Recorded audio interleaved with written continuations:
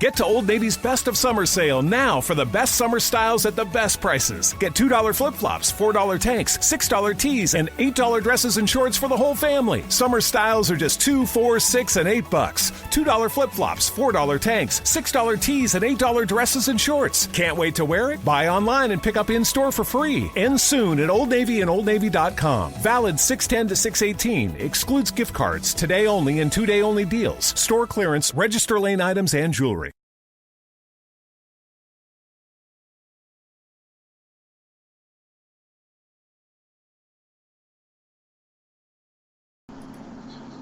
Drivers, start your engines.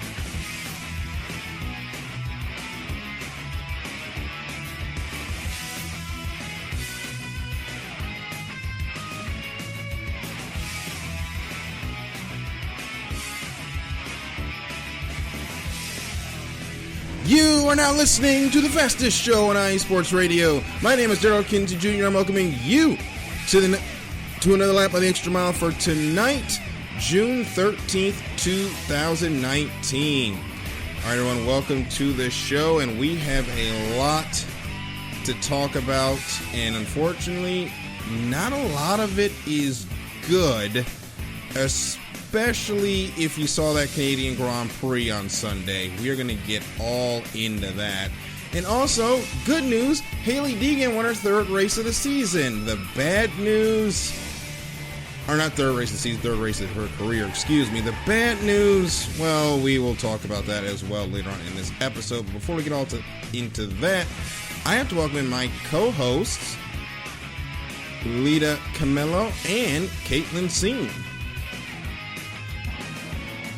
Hello, hello. Sorry, I can't hit the mute button fast enough. Technical difficulties. So apparently we gotta figure out what's going on with Spreaker, guys. Yeah, so my drivers, start your engines tonight. Well, hopefully they'll be able to catch it on the replay, because we are also recording this and posting this to YouTube as well. So if you're watching on YouTube and listening on YouTube, hello, this is the Extra Mile here on iSports Radio, now on YouTube finally. So and we want to welcome you guys in. And yeah, we got to figure out this ad thing, because people are missing the starts of the show, and that is no bueno. So we are here, and we're going to get into the show. Before we go, Caitlin's only going to be here for the first 30 minutes because the Raptors decided not to close out the NBA Finals on Tuesday. They had, it was on Monday night, and they had Monday, me. excuse me. I was committed on Monday. I didn't have to work. We didn't have the show. It was perfect. I was amped. I did my screaming debacle at a bar and had a great time.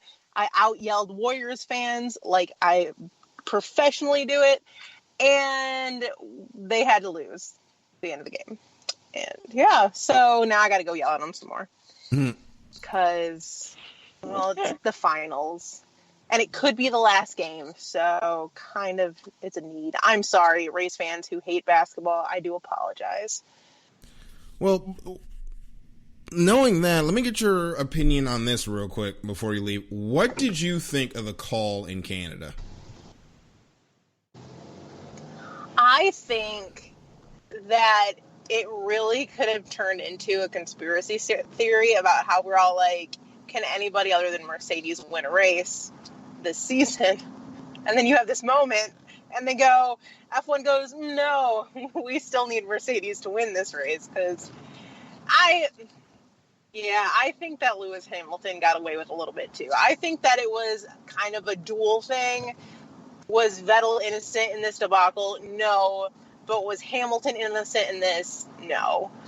I feel like he kind of egged on the move that got him in trouble. So I think it was kind of I think it was stupid, and it kind of reminds you of the whole vibe you get when like NASCAR throws like a debris caution and there's no debris.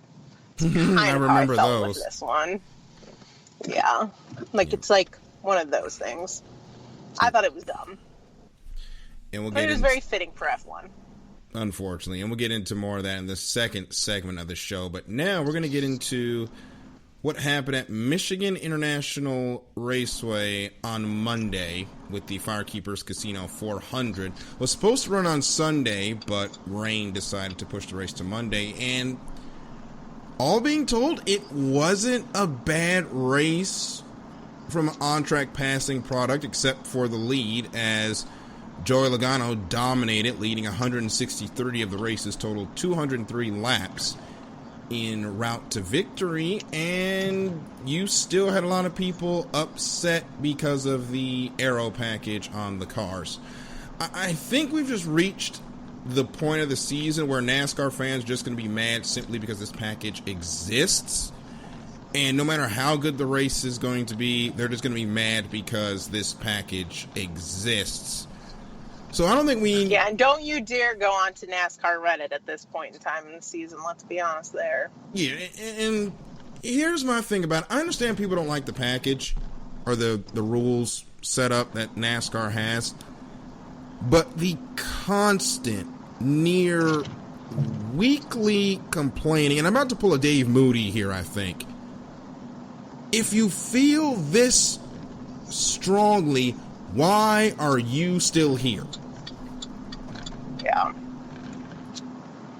I'm still here. I think sometimes, here's an outside of racing thing that kind of arose that I feel like is very fitting for this situation and why NASCAR fans are still NASCAR fans, even though they hate it and complain all the time. It's because people, I feel like, systematically need something to complain about. Mm-hmm. Like, for instance, working in the service industry, we got a ton of rain this past week. And last weekend, one of the days we were there, and it like crazy torrential like rainstorms. And we were all like, okay, not much, in the terms of like people are going to come in. But we're like, oh, people will still come in, and they do, and then they complain about getting wet in the process of coming in, even though it's pouring rain outside. So people will still go out, but they'll complain about going out in the rain, even though it's raining. Like, there's something in us that you innately still need to go do something in order to complain about it. So I feel like a lot of people just at this point, they are like NASCAR fans and they complain about it, but they can't not complain about it. So it's almost like this like negative addiction.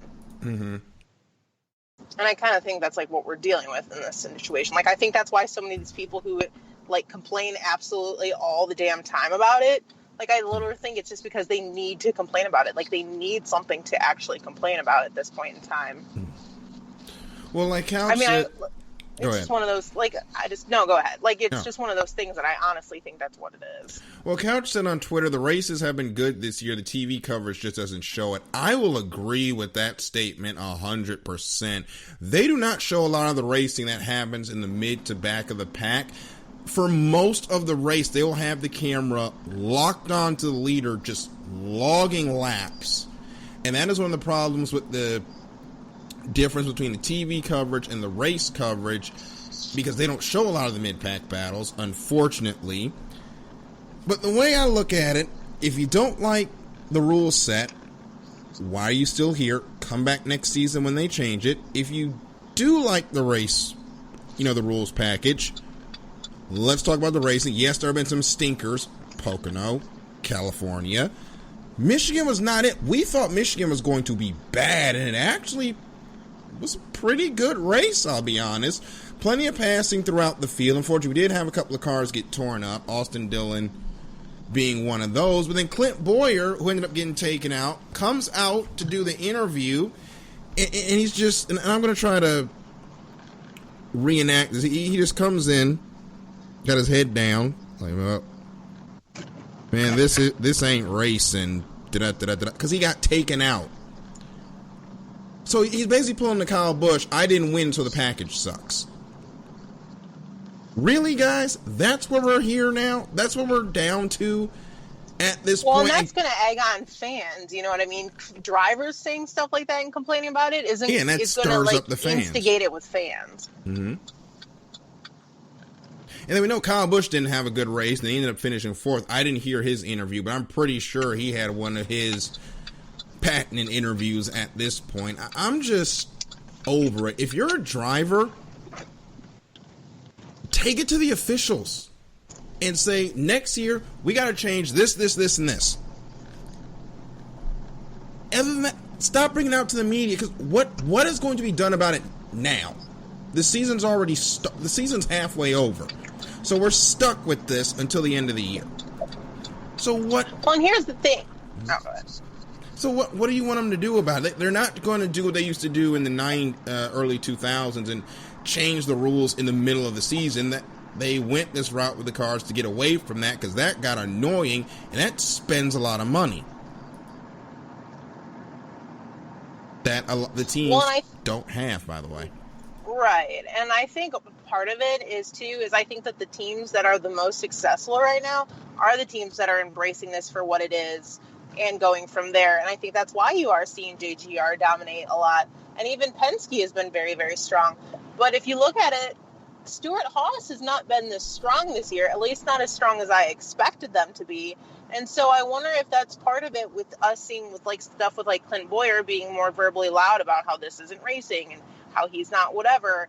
And I think a lot of that is coming down to, you know, which teams are embracing this package and trying to make it work for them, and which ones are just trying to be stubborn about it and fight it, because that's not going to do you any good.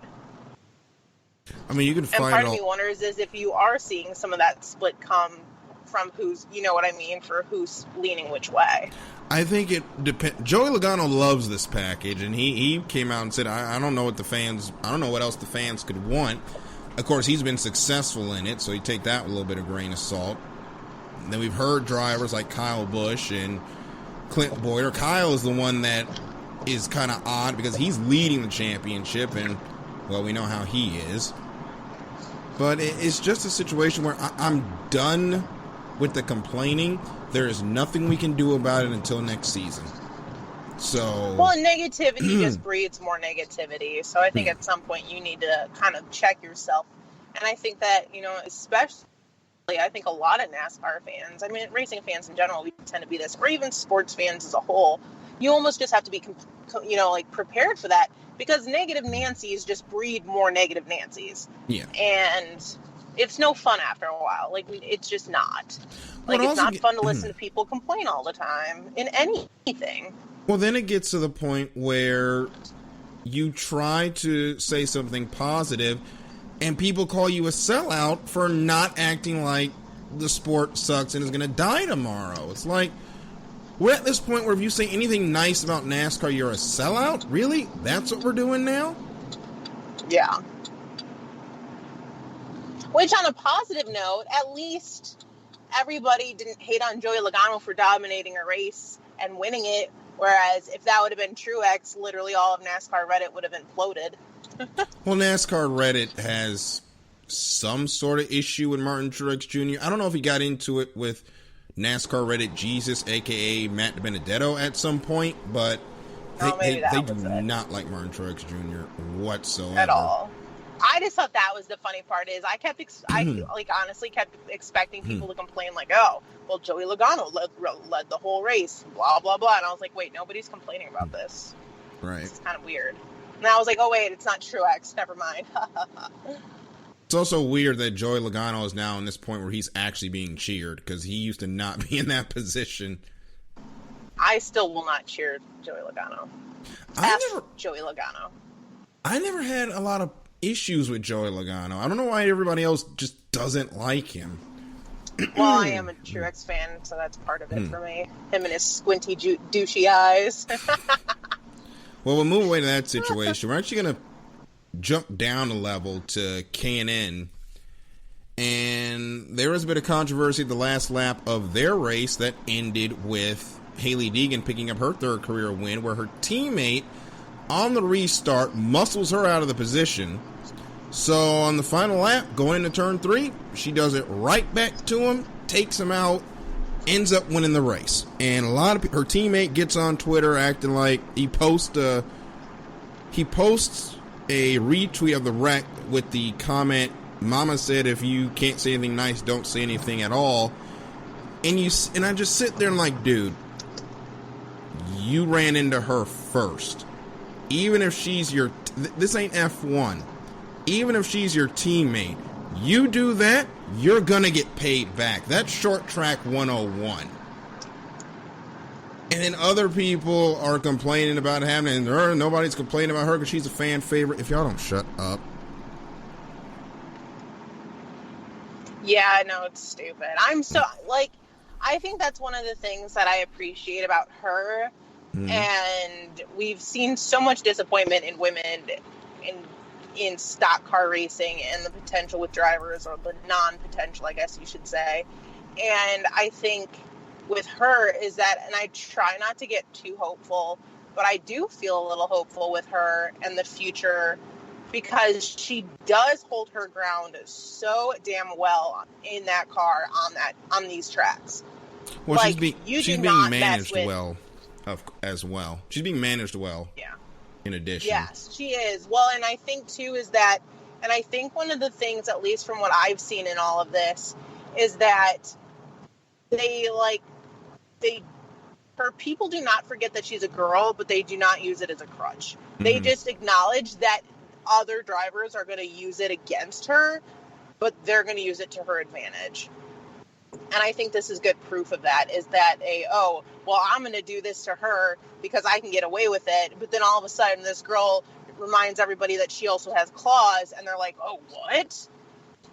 Yeah, the cat not going anywhere. The cat has claws, as it were. And I could bring she's Lita. Reminding of them that. And she's standing her ground, which I think is the smartest way that you can do this. And then not only is she standing her ground, but she's proving that she can also win races.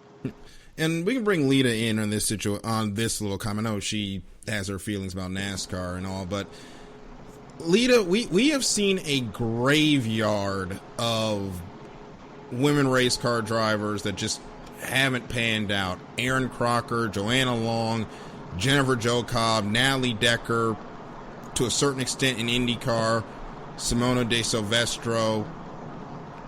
You know, we've seen a lot of women come into the sport, have some high-profile hype behind them, and then not do anything. I think right now, it's nice to see a girl with some hype, and she's actually able to win. And I say girl because she's 17, not to belittle that. She isn't an adult yet. But she's actually coming in, she's racing, she's actually winning, and is actually being managed properly by her team. So, what is the question? Well, the question is, with all the, just all the women that we've seen not pan out, don't you think that's just nice to finally see a girl actually able to win some races and be successful, even with the controversy over how she won? I mean, yeah, but now I feel like we're also discrediting, like, Catherine Legg, Christina Nielsen, like, the ones that are actually doing really well in their respective sports. They're not everyone is. We're not seeing. We don't have as many. I don't want to say failures, but maybe letdowns. Not as talented. So I think we are entering a spot where we're starting to get a little bit more traction, and I honestly think it's great that there's a woman out there that's actually, winning some races and doing it the right way. Yeah, maybe it's a little controversial in this particular instance. However, the worst thing about being the minority in these events is you're going to be the most scrutinized no matter what. So I feel like every move you make is watched more than everybody else. Mm-hmm. So I think that's where the downfall is. But I think it's a stride and it's a step in the right direction of what we're trying to accomplish here. So I think it's great. I mean, yeah, it's not, this particular win might be a little dicey, but it's happening. But I do want to point out there are other women out there that are, owning it, just they're not in as nationally watched. Yeah, I should have. As the other ones. And that was my mistake. I should have just kept it focused simply to the stock cars with that. Because in stock cars, they have not had as much success. I mean, before Halie, I think the highest profile one was Danica, and we saw how that went. We thought Aaron Crocker was going to be something, but the less said about that, the better, because we don't want Caitlin to rage off on that. Because she has feelings about that, and I have similar feelings about that, but she has to go in 10 minutes, so. I would get the popcorn out for that. But anyway. To verbally destroy someone tonight. Hey, Michael's here. Kind of snuck in on us. You guys didn't know. You guys didn't know I was here. I was here the whole time. I did not know you were here. I'm so sorry. Oh wait. I'm not looking at my phone right now because I'm driving, and you should not be on your phone and driving. Hence my headset. I had the Twitter screen up, so I did not know Michael was here at all. I would have brought him into this conversation a lot sooner. I'm so sorry, Michael. Well, hello.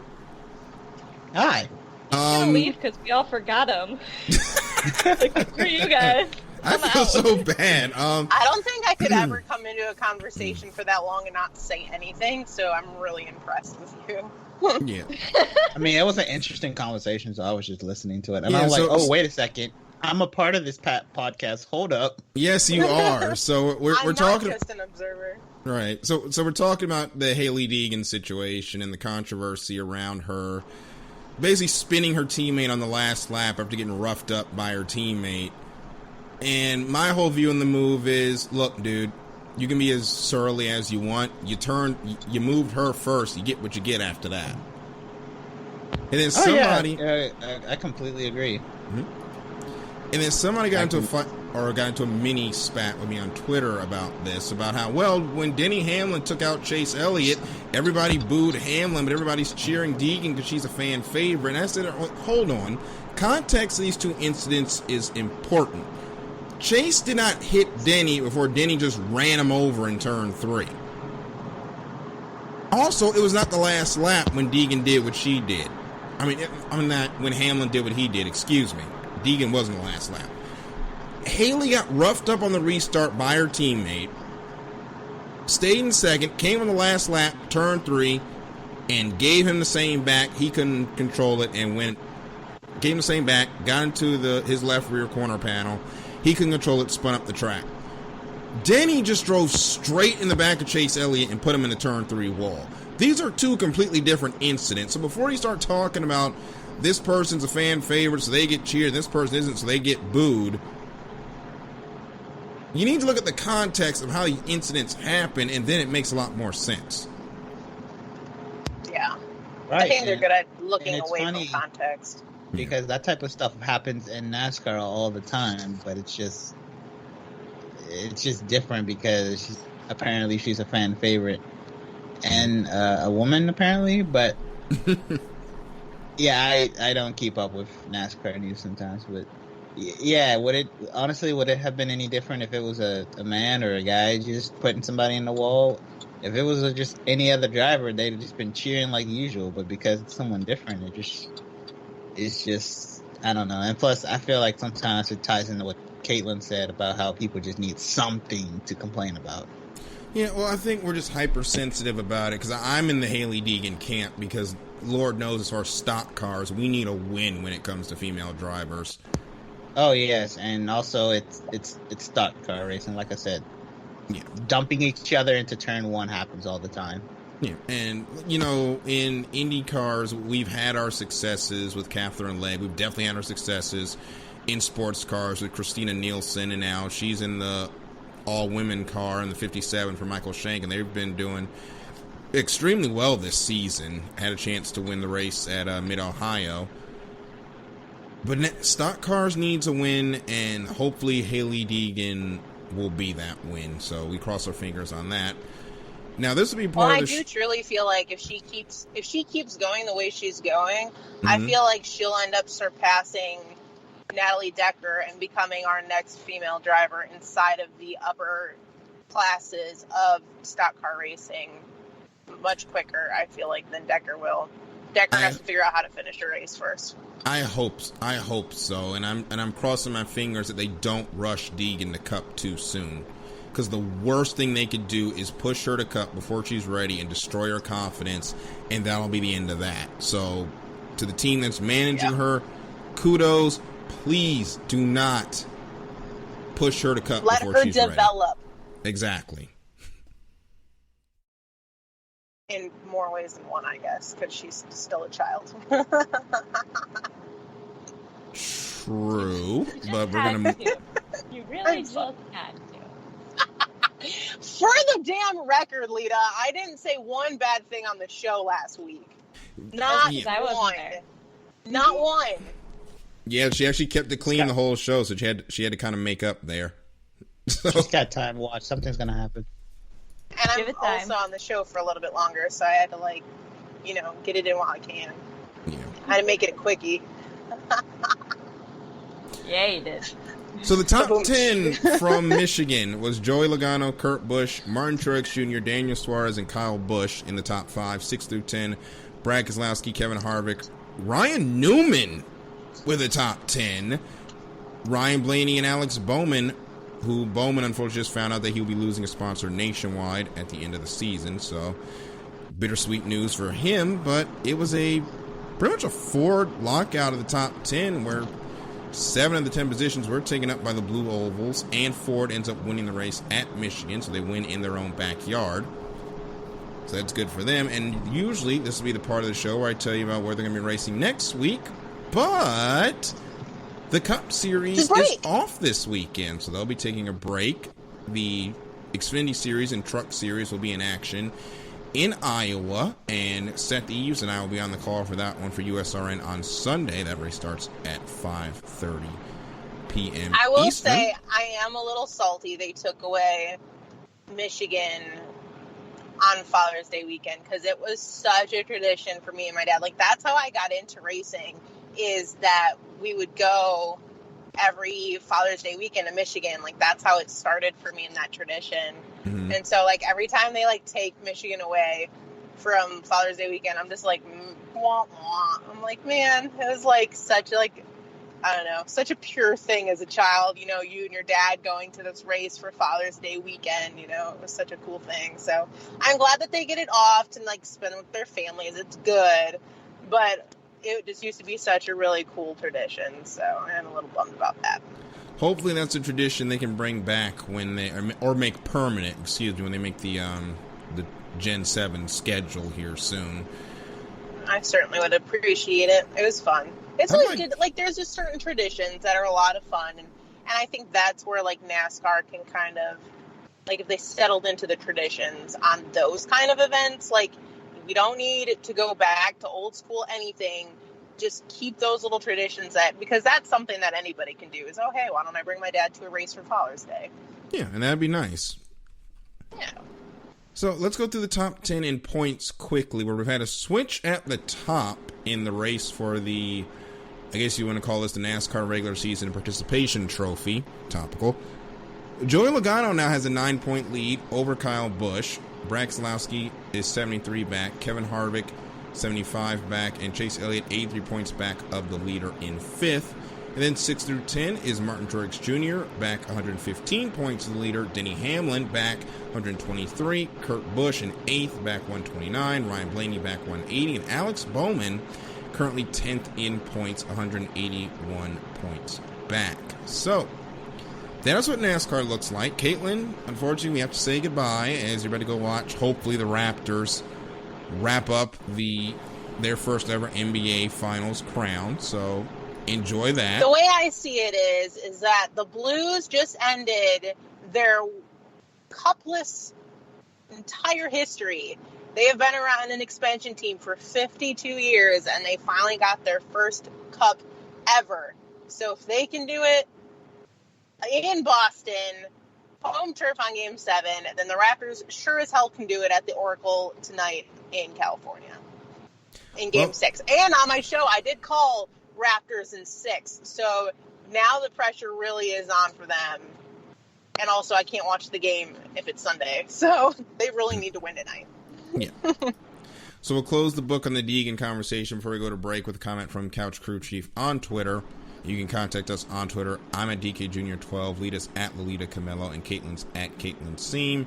Also Michael at Stargazer_FX. I'm not even a Deegan fan. I wish her well, but not a fan. That being said, I have no problem with how she's racing. As long as she doesn't turn into a weapon, we've seen plenty of those, or some snotty driver, I'll be excited to watch her. And I think that's how everybody feels on the Deegan situation. But we're going to take a break. And when we come back, we're going to talk about probably one of the biggest stewarding blunders in recent F1 history, but for a variety of different reasons. And we'll talk about that on the other side of this break here on iSports Radio, your direct feed for all that is sports.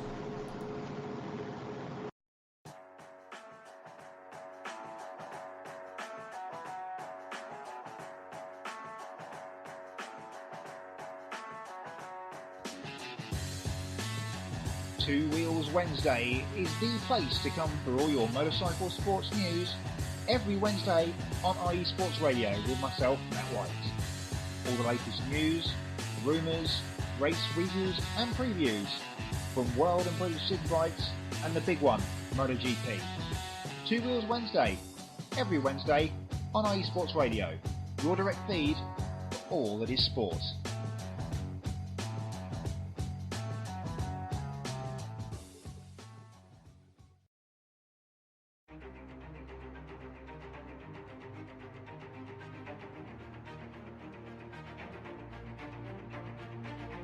Hey USRN fans, do you have a product or company you're trying to promote? Look no further. USRN is teaming up with small local businesses trying to establish themselves via online promotion. Let us know if you're interested. Email us at usrnradio@gmail.com to learn more.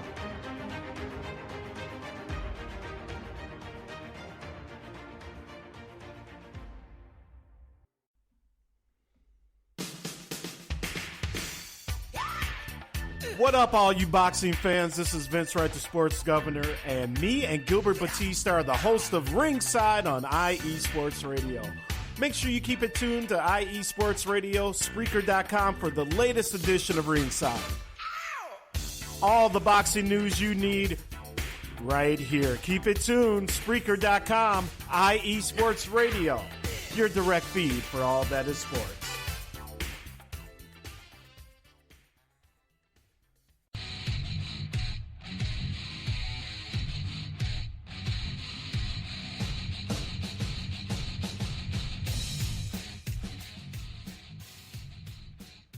Ladies and gentlemen, boys and girls, children of all ages, IE Sports Radio proudly brings to you its intergender tag team champions of the world.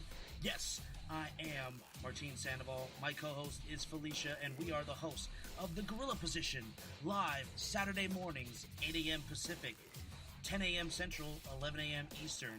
We bring to you all the latest in news and rumors and opinions and perspectives on the world of professional wrestling. We bring you guys the latest in WWE, Ring of Honor, Impact Wrestling, New Japan Pro Wrestling, and including independent wrestling such as Pro Wrestling Guerrilla and here VIP Wrestling live from Texas. Yes, it is the Gorilla Position with myself, Martin Sandoval, and my co-host Felicia, live on Spreaker.com and on iTunes.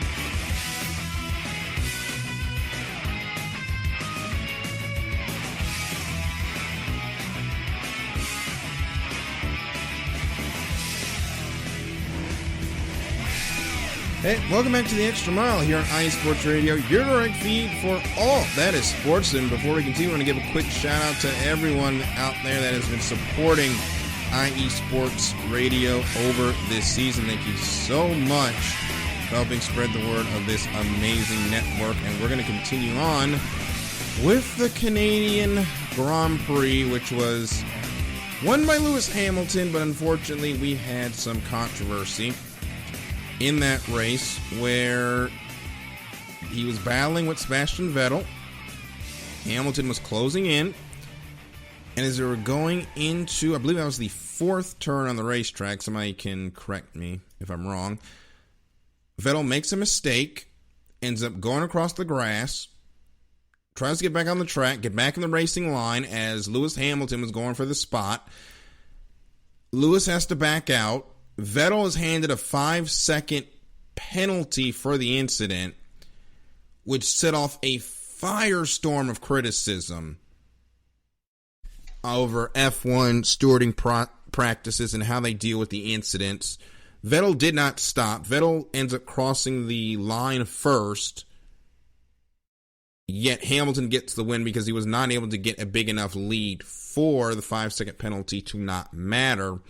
And the crux of the argument for the stewards was that when Vettel came back on the track, if you watch the in-car, he makes a little jink with the wheel to the right to turn the car back onto the racing line and into the path of Lewis Hamilton. That is where he ended up. That is why he ended up drawing the penalty. A lot of people were not happy with the call, so I will bring it to Lita and Michael. First, what did you guys think of the steward's decision in this incident? I honestly felt that I think it was fair that a penalty was supposed to be accrued in this situation. However, the 5-second, added to his time so that he ended up in second, even though he passed the line first, was a little off-putting, to say nonetheless. I honestly think that they could have figured out a better penalty, like a stop and hold kind of thing, which I think is more appropriate for those situations. I mean, there's nothing worse than racing a race and still managing to be up front, but being punished for it afterwards, beyond the fact. So you're like, I won. You really didn't. But you did. So I think it would have been better to increase or to enlist something and execute it during the race rather than after. Yeah, that was kind of my feelings. Michael, what was your feeling on it? Did you think it was a good call?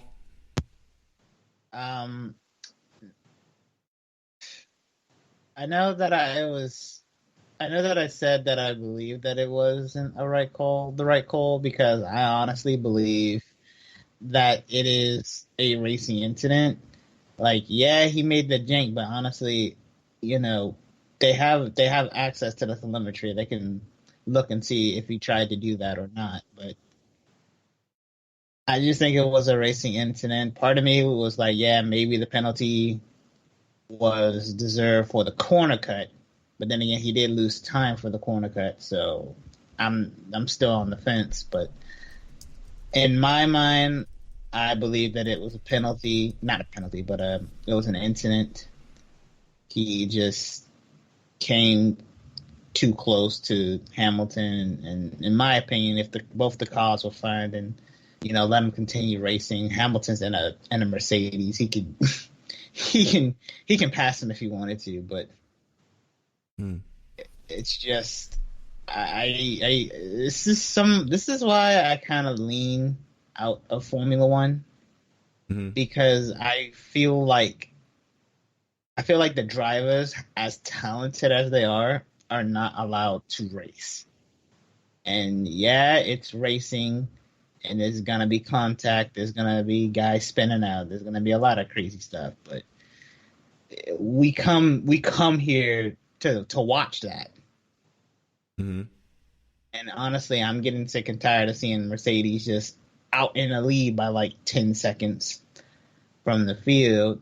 Whereas I hate to throw this out here, but in Formula E, there's an indefinite fight for the lead. Mm-hmm. And in Block Pan GT3 racing, there's always a fight for the lead. There's always racing. There's always contact. People are allowed to race.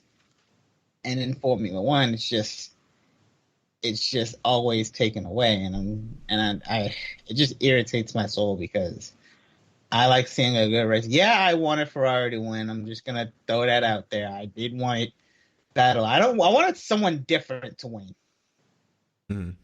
and for that to be taken away because of a penalty where both the cars were fine and nothing crazy happened. Battle even lost time when he. Well, to me, it looked like he lost time when he did the corner cut. So I'm just angry that a good race was ruined by a penalty. My feeling on this incident, I said it, by their rules, it's a good call. And Couch did not agree with the call either. He said it was hard racing and there should have been no penalty.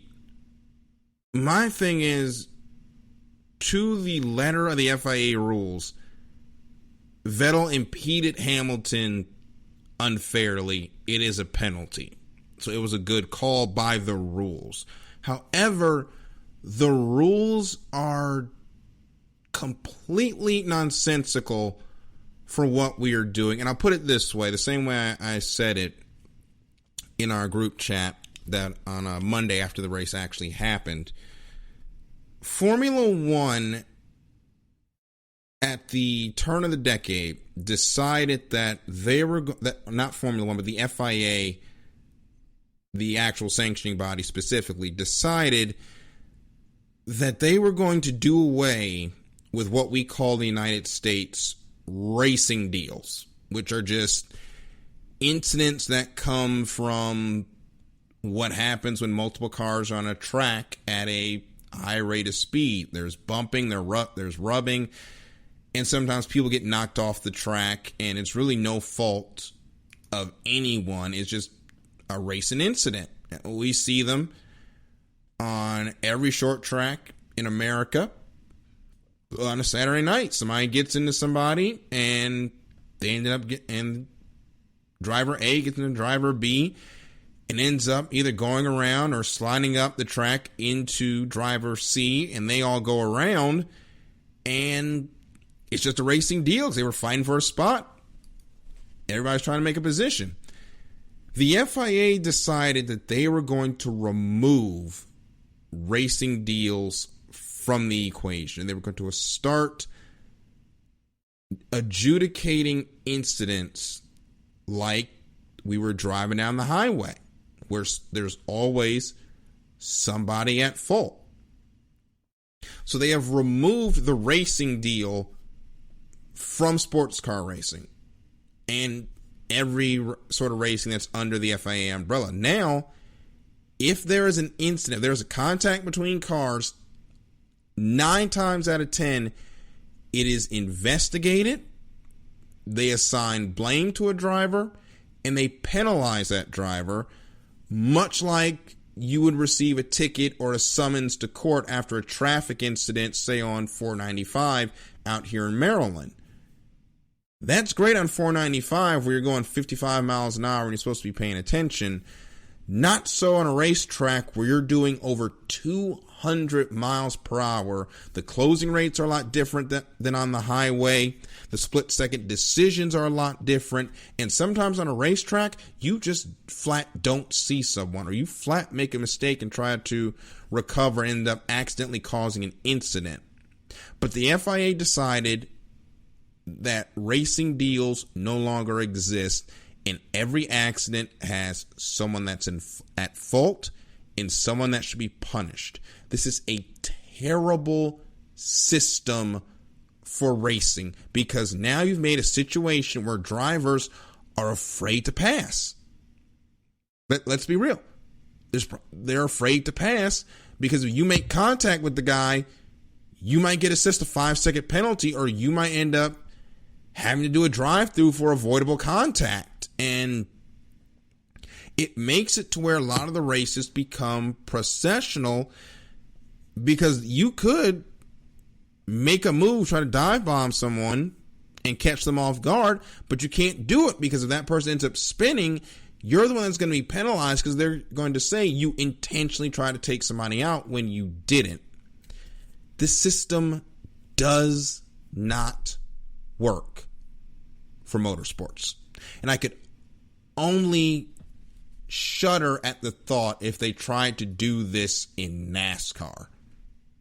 It would be ridiculous. It would be completely awful, and it's not just NASCAR that would be bad. It would be GT3 racing. It would be touring cars. Just imagine the freedom of the race just being taken away from you. You might as well never call yourself a race car driver if that sort of thing was to happen. Well, at this point, you're just riding around on a really faster highway trying to avoid getting into anybody, because once you get into somebody, that's it. You're in trouble. But that is the least of the concerns with this, and we were talking about it a little bit earlier, and Lita brought this up, the fact that they rotate the stewards out for this. So every steward has a different thought on what is a incident where a driver intentionally caused contact and what incident is not. And then the penalties, as well, as Lena mentioned, can vary from steward to steward. So this is a system where you're legislating the races like traffic on a highway, and you're rotating the traffic officer. So this is creating nothing but a lot of confusion. It's creating a lot of discontent in the fans because the drivers aren't racing because they're afraid to race, and then it creates a situation. And Lita, we've heard this on the radio where anytime a driver so much as gets bumped on the track, they're jumping on that radio button and screaming back when he was alive to Charlie Whiting that, oh, this guy needs to be penalized because he got into me. Yes, I hate that. I hate that so much. I yell at I'm sorry to cut Lita off, but I yell at my freaking TV saying, shut up. I actually just refuse to listen to most of the in-car commentary at this point because I'm so sick of listening to the whining and everybody like on the defense. Yeah, it's difficult, and I don't know if it's a rotation so much as I think there are some of the stewards are not always consistent, so there might be a couple. I don't know exactly. I don't remember exactly how it works, but and I think this goes for multiple motorsports too. So yeah, you're lacking that consistency, and on top of it, like you said, now you're also setting precedents. But here's the other problem is, yeah, you might get penalized for that, but I think what infuriates me about this particular call compared to just in general is thinking about some of the races already for this particular season and the things that they're just like, well, yeah, you don't need a penalty for that. Like Grosjean a couple weeks ago ran off the course because he was trying to run an unsafe pass in the same exact corner 3 times in a row and manages to get himself run off the track and has to awkwardly re-enter the track off the pavement. And they kind of just shrugged it off that's just something Grosjean does. But in a lot of cases, any other driver that would have pulled that off would have gotten penalized. So, yeah, the rules are dumb, but in the fact that they're not held to the same consistent measure. So we're kind of getting calls all over the place. And I know you guys are not exactly you feel that Vettel shouldn't have been penalized necessarily for how that went. But I am going to say how I saw him come off the track. I think there was a little bit of room for him to have kind of figured out where he needed to go.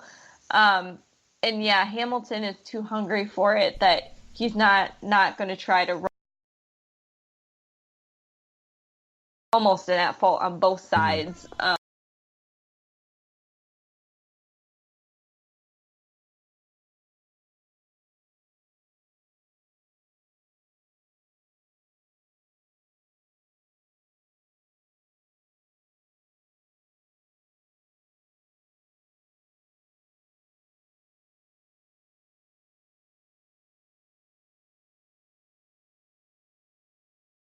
Been somebody else finally winning a race other than Mercedes.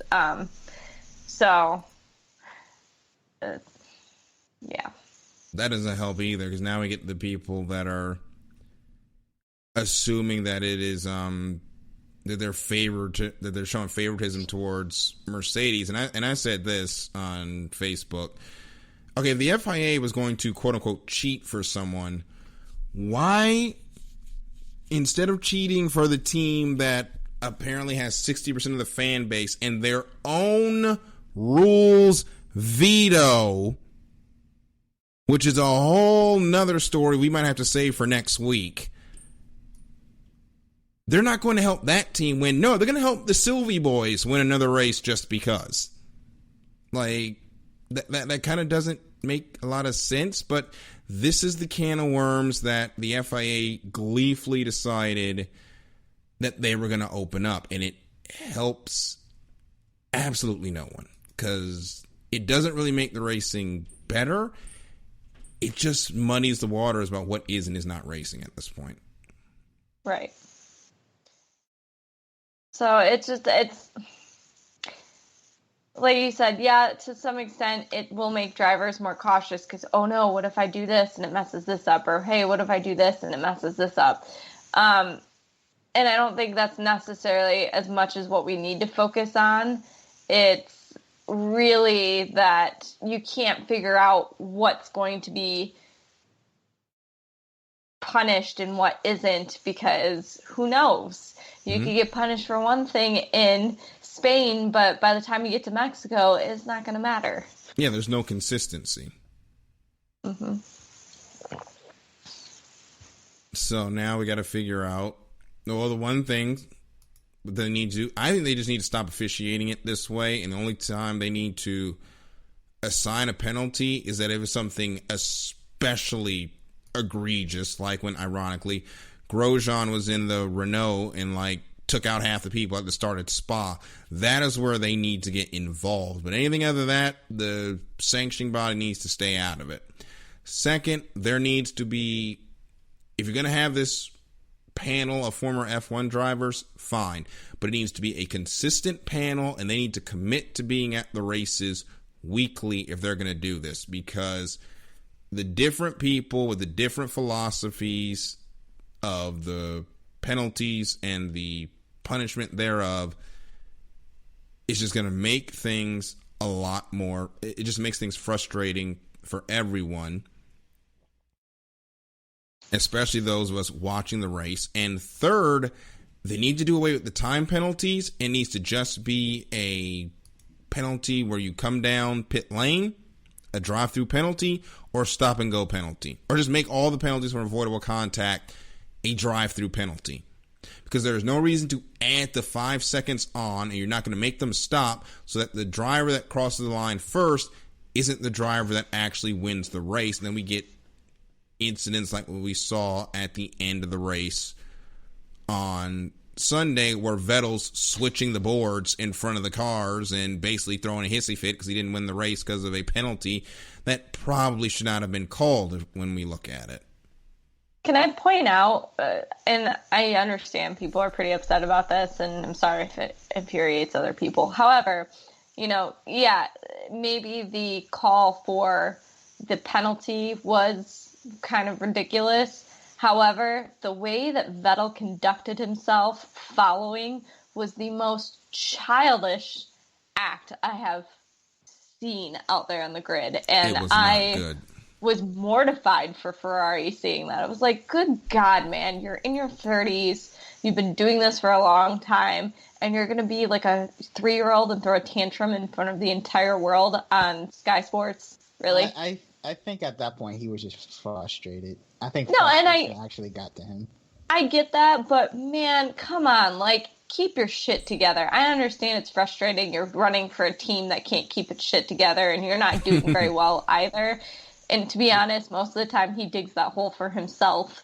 But, like, you know what? I could see, like, a Verstappen losing his shit out there because he's still a kid and not mature enough. But you've been doing this for so long. Like, are you seriously going to, like, throw signs around? Like, meh, I should have gotten this. And then, like, walk off? Like, let's be adults here and, like, try to have some finesse or suave.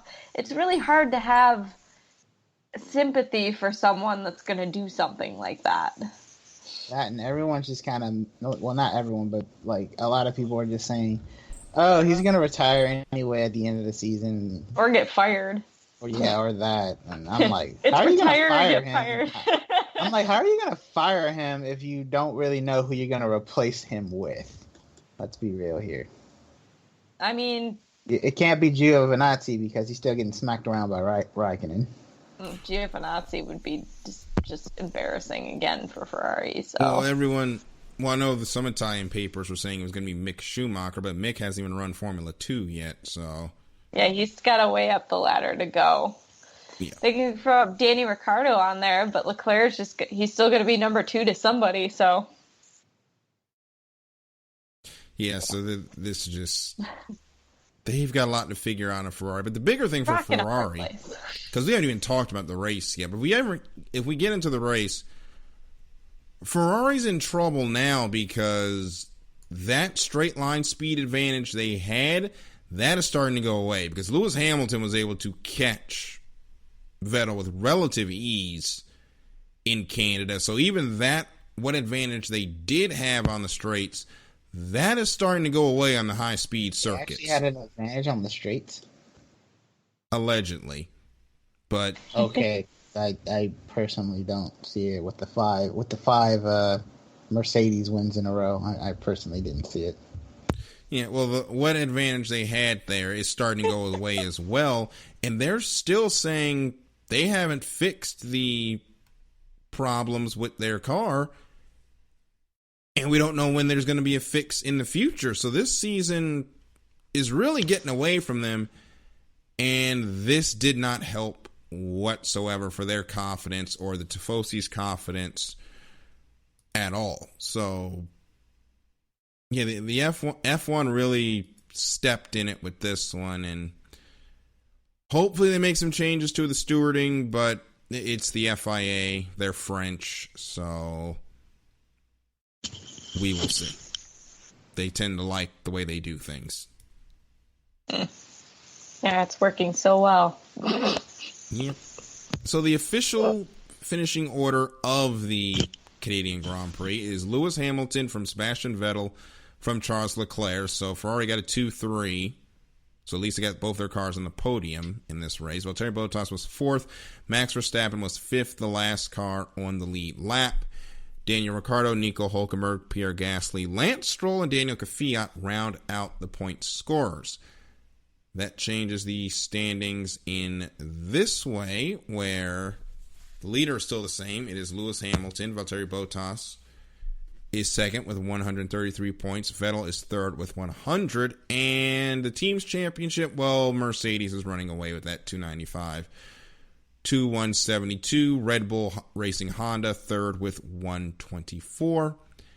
And then it's McLaren, Renault, Racing Point, BWT, Mercedes, Scuderia Toro Rosso, Haas Ferrari, Alfa Romeo, and Williams yet to score. And I don't see that happening. In fact, I'll ask you guys, what do you think is going to happen first? Do you think a non-Mercedes is going to win a race, or Williams scores a point? Wins a race, because let's be honest, Williams isn't gonna score a point anytime soon. They had their best chance was Monaco, and they still didn't get one. So Is it bad that I honestly want to say Williams scores a point because, yeah, I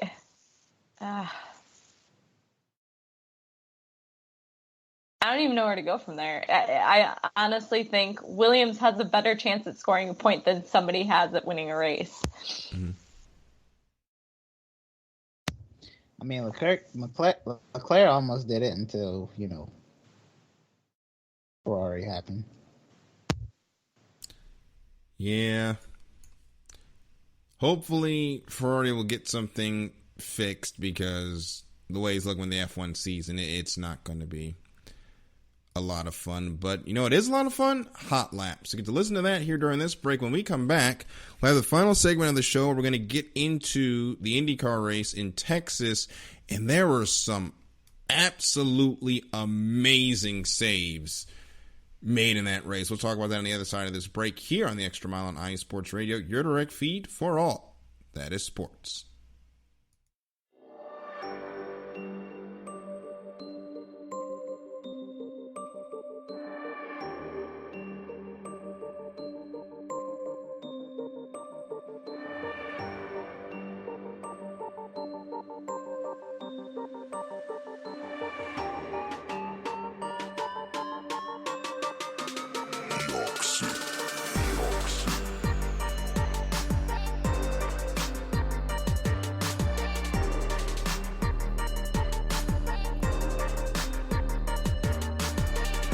From the home plate to the nets, the end zone to the finish line, here nothing is off limits and no sport is safe. Not what it seems with your host Caitlin Seam, bringing you sports like you've never heard before. Catch me Thursdays at 5 p.m. Eastern, 2 p.m. Pacific, right here on IE Sports Radio. The only question is, are you ready?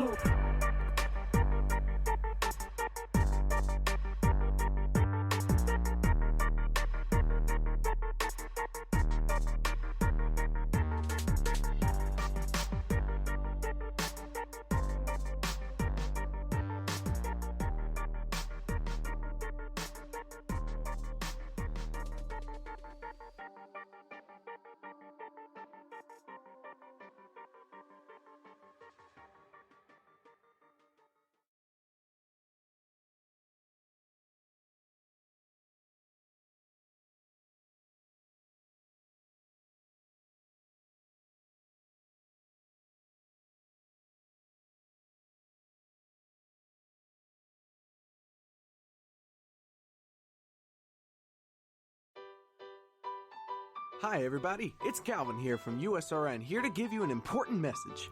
Since 2017, we have done our absolute best to provide you with nothing but the highest quality of sports calls in the greatest of quantity possible. Thanks to you, our station has grown more than we ever thought. That's why, with your help, we would like to grow even further. Just think, twice the amount of your favorite calls, 24 hours of coverage, talk shows, play-by-play, game-by-game analysis, and so much more. That's right, USRN2 is officially in development. But we can't do it alone. We have set up a GoFundMe page that you can access from our homepage on the left of your screen. We also are planning special giveaways and prizes to our highest owners. Our goal here at USRN is to bring you the best calls possible at no cost to you. In order to continue to do that, we need your help now. Please check out our GoFundMe page, and if you would like to know how you can help, you can email usrnradio@gmail.com. Without your support, we couldn't do what we do.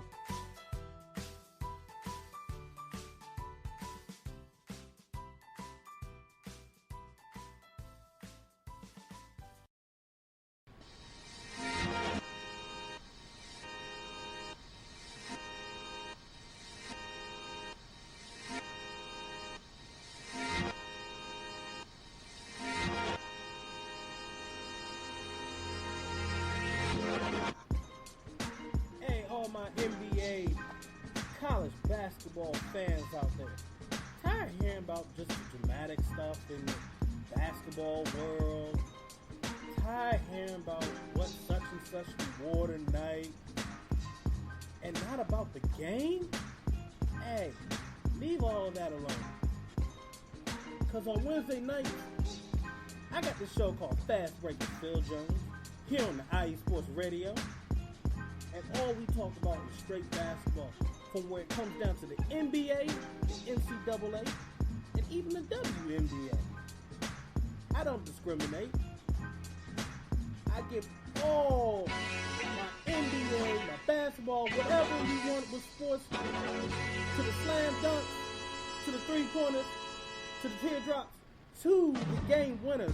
I'm there. I'm speaking about it. I have a debate. I have my panel. I got a squad that rolls in, and we're going to be talking mad sports. We're going to be talking about the Lakers. We're going to be talking about even the Brooklyn Nets. We're going to be talking about who's the top team out there in the NBA. So, tie all the drama, tie all the... What did he wear today? What kind of shoes he had? Forget all that. Just come over. Listen to Fast Break with Phil Jones here on IE Sports Radio every Wednesday night at 8 Eastern, 5 p.m. Pacific time, y'all. So, yo, tune in.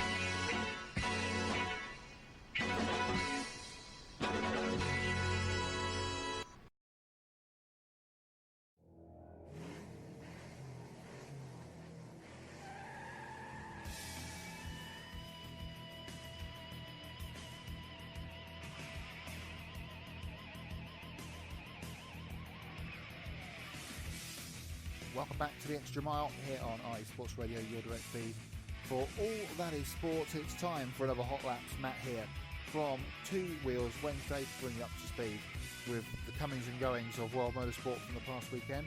We'll start at Texas with the Truck Series. Greg Biffle comes out of retirement almost to take a victory in the Car Wash Motorsport truck on Friday night. They were sporting IndyCar, of course. At Michigan, supporting the Cup race was the Xfinity race. On Saturday, Tyler Reddick picking up the victory. We had some Two Wheels action over the weekend in Spain at Jerez. World Superbike were there. Alvaro Bautista continued his strong run this season. He's got one hand of the trophy.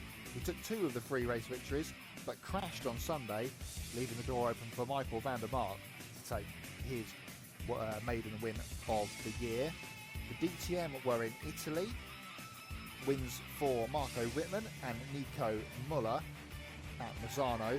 Supporting that championship, of course, was Formula W Series. A win for Jamie Chadwick, her second of the season. British GT held its silver lining race of the year at Silverstone, the Silverstone 500. Callum McLeod and Ian Loggy winning in a Mercedes.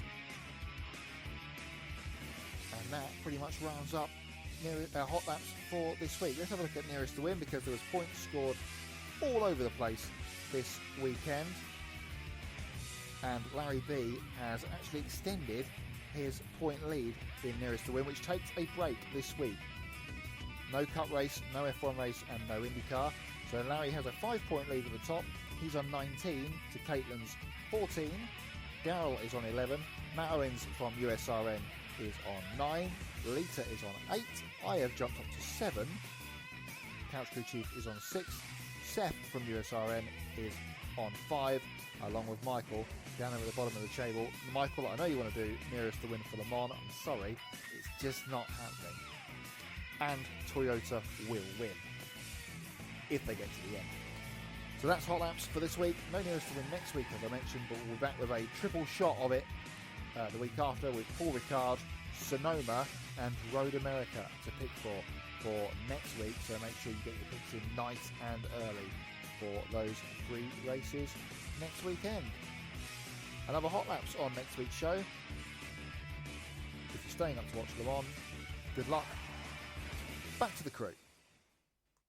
Thank you so much, Matt, for those Hot Laps. And guys, check out Grid Rating on Twitter.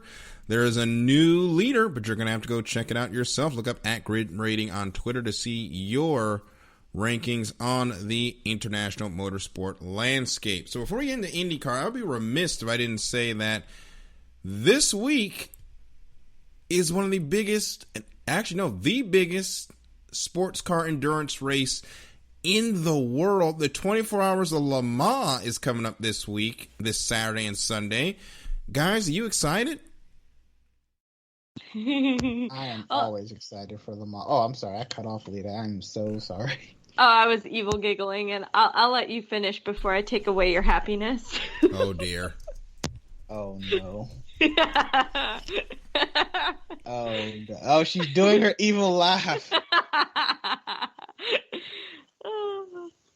Let Michael finish. I'm going to go back and clip that laugh for a soundbite, I swear.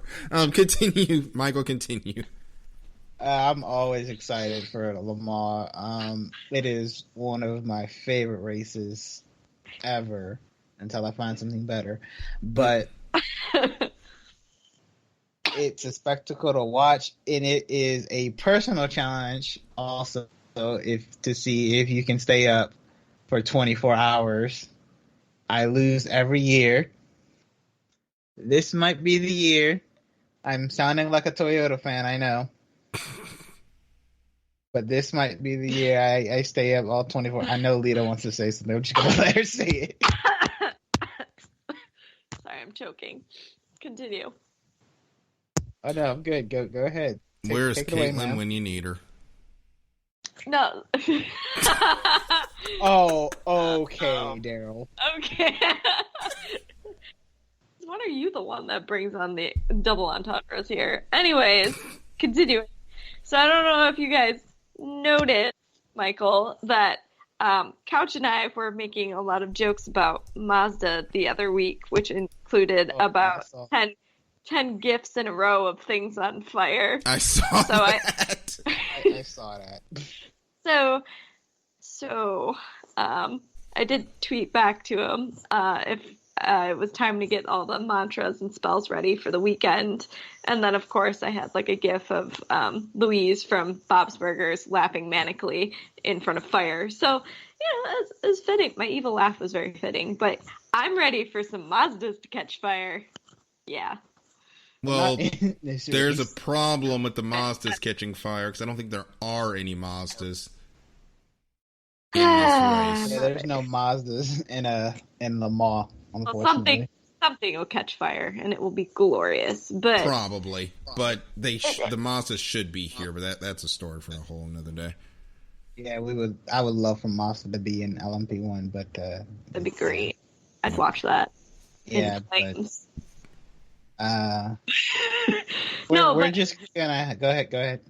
No, but I have to ask the question of who isn't excited about Le Mans. Like, Le Mans was, I wish it more was today, but it's kind of, it was the beginning of auto manufacturers really taking racing seriously. So you kind of have to appreciate the roots behind it. And if only BOP wasn't a thing, it would be more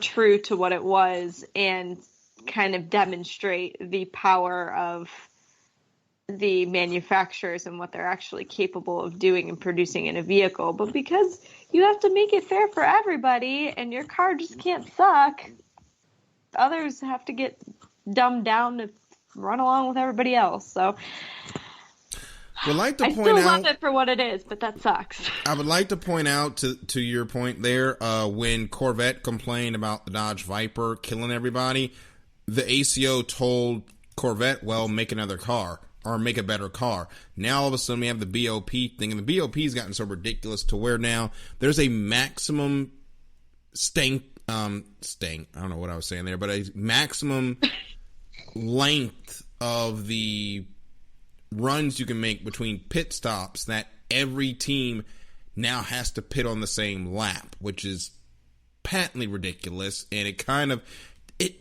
takes out the pit strategy in an endurance race. The one race where you need where pit strategy is extremely important, you've taken it out.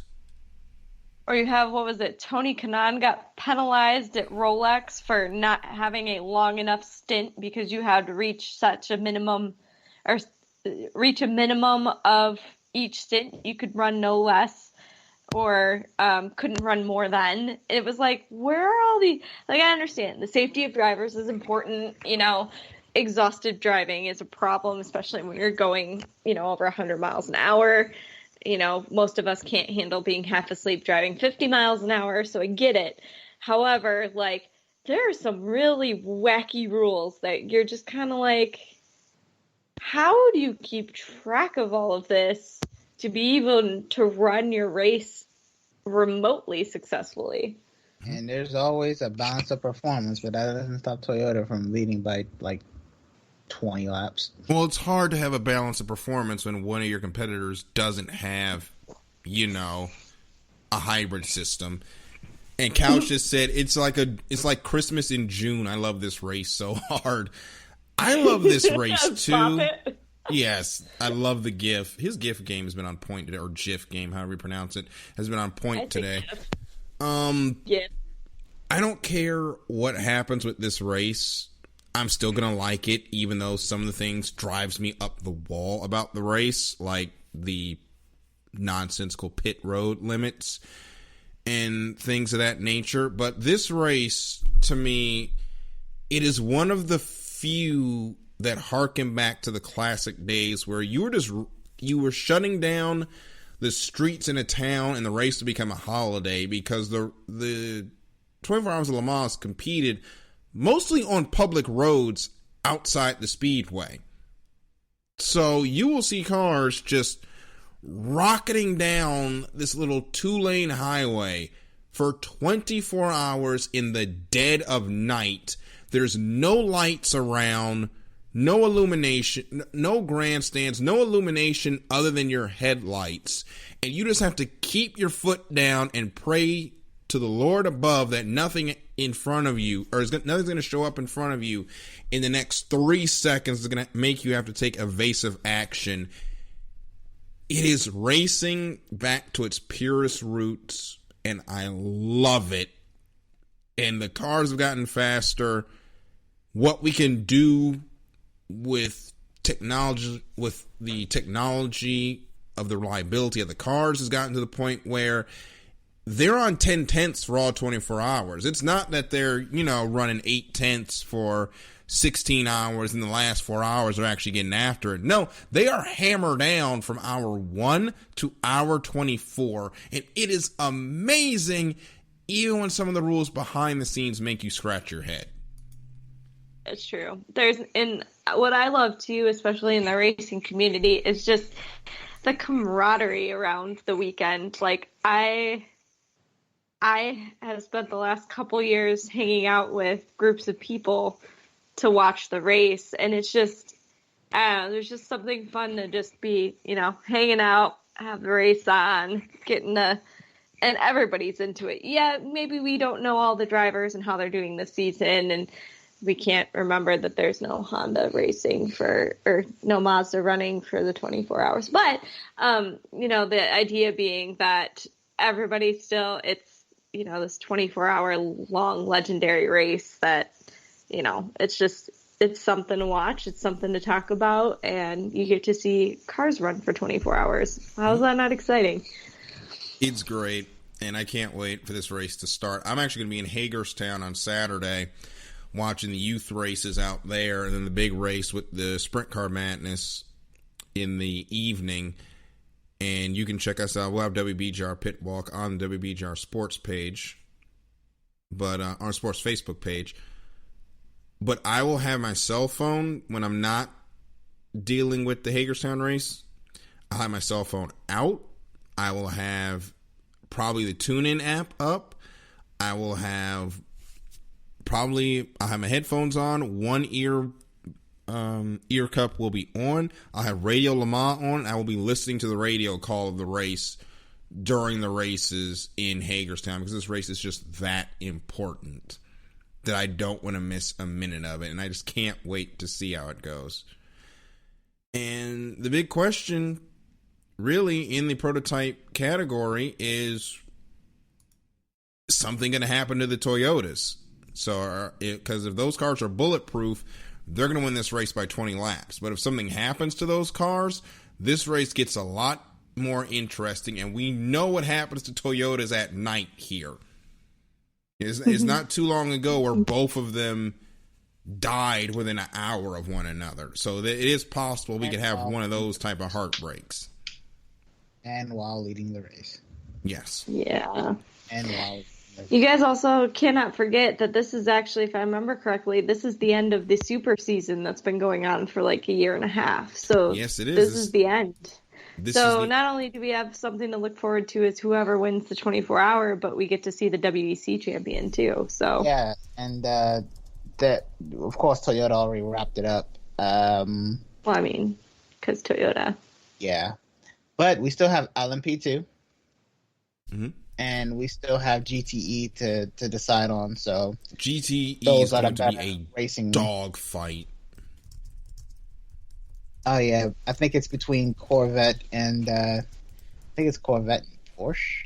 It'll be Corvette and Porsche and GT Pro, and then I need to bring them the GT AM qualifying. I have the qualifying. I just need to look at who qualified first in GT AM. It was another Porsche, but you've got mostly Porsches and Ferraris in GTM. There's a Ford GT with Ben Keating in it also in GTM. It's just going to be a dog fight in the GT categories, and I just can't wait for it.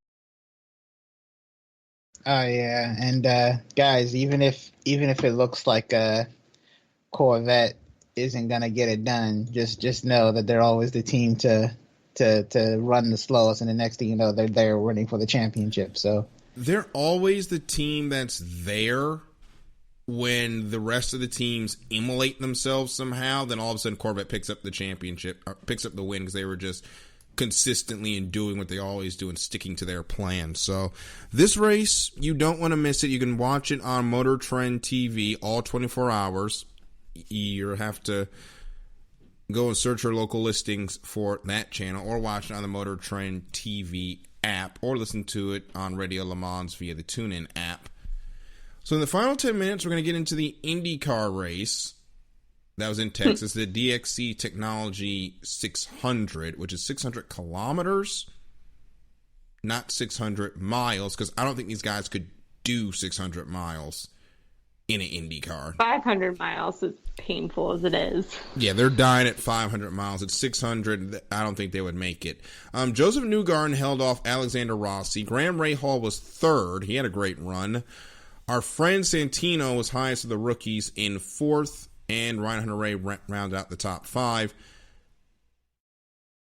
This was a good race, and one thing I will say, I don't think we had anybody go out because of contact. Actually, no, we did have some guys go out of contact. Never mind, I was looking at the wrong list. Never mind. Yeah, I was going to say, we should back it up, man. 16 of the 22 cars actually finished, but there were two epic saves in this race. One was Alexander Rossi, where he just dove to the bottom of the track in 3 and 4 to avoid a 2-car accident. And the second, which is save of the year, Zach Veach, early in the race, loses it off turn 2.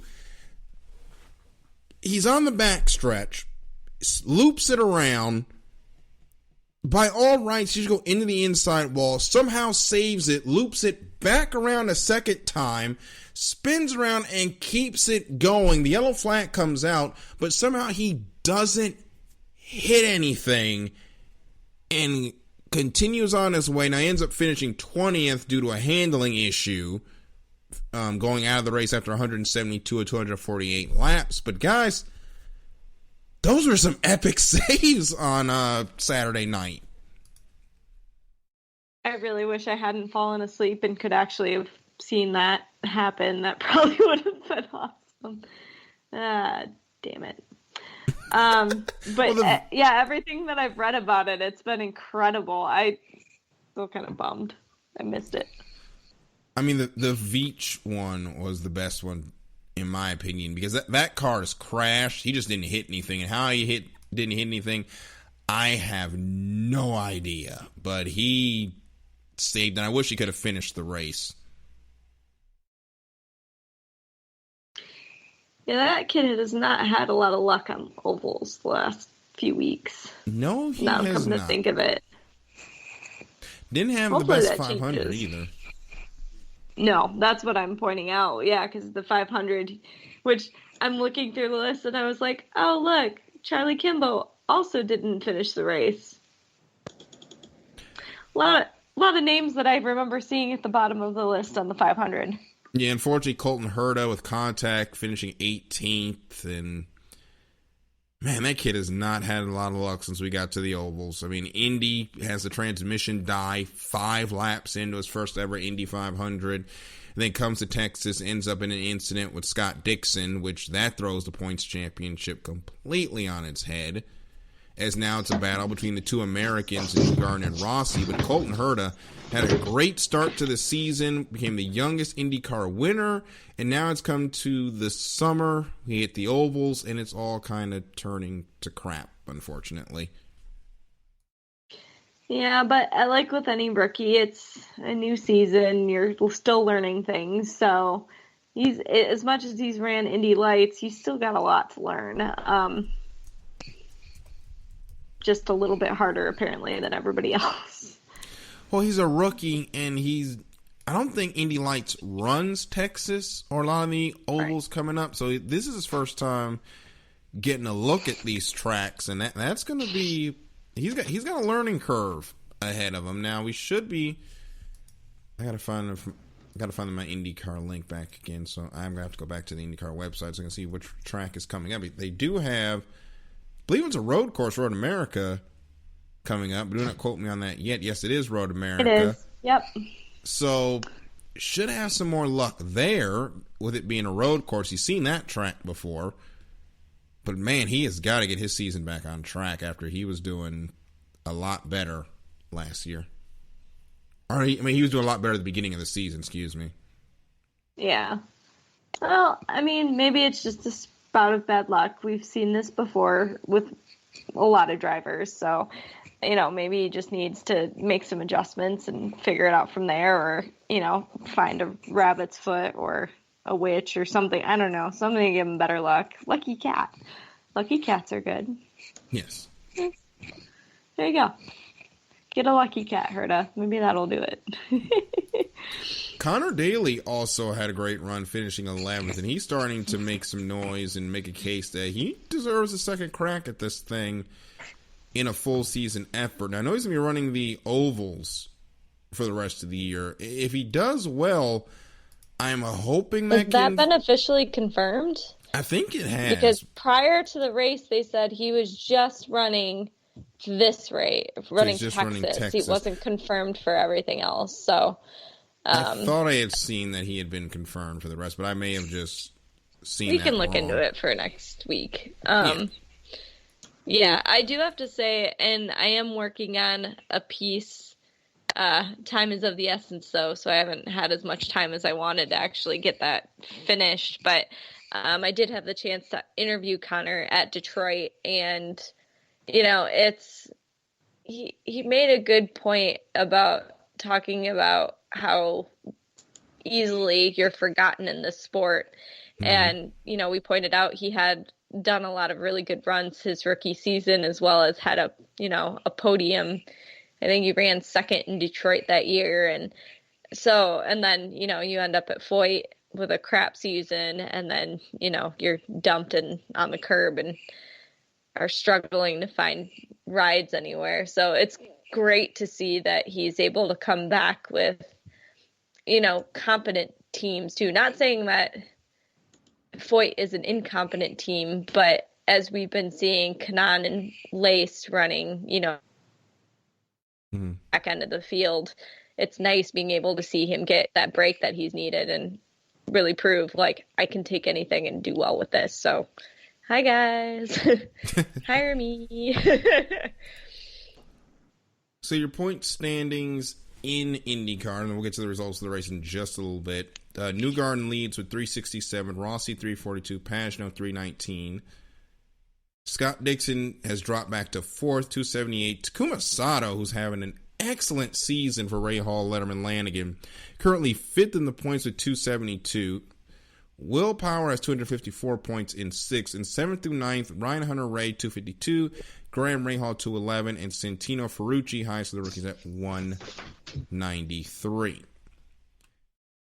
So the next race will be June 21st through June 23rd in Road America. That race can be seen at noon on NBC and listened to on the Advanced Auto Parts Radio Network, and also on the IndyCar Series app.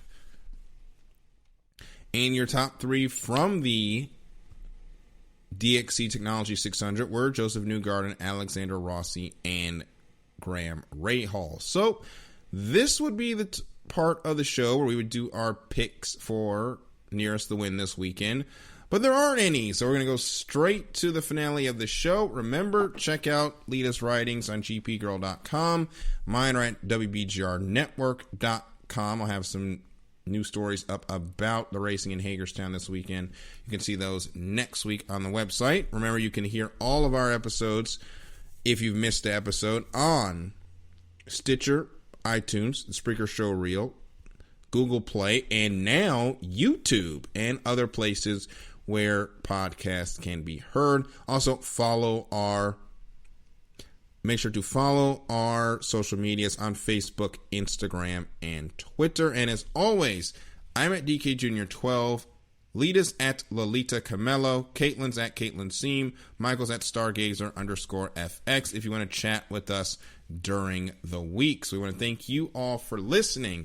And for Caitlin, Michael, Lita, my name is Daryl. This has been The Extra Mile, and we will see you at the next green flag. Good night, everybody.